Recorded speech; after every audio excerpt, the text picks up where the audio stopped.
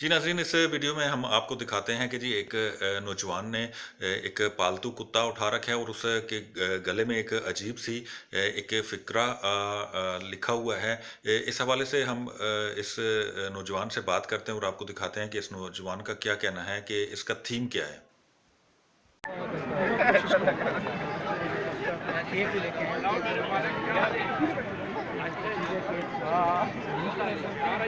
ये भाई बताएँगे?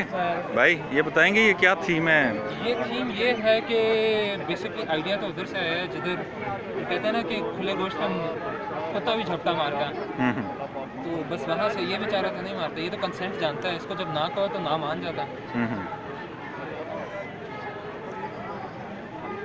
अब हाँ कहो तो हाँ भी मानते हैं। हाँ, तो कंसेंट। हाँ, ये इसमें सबसे बड़ी बात है।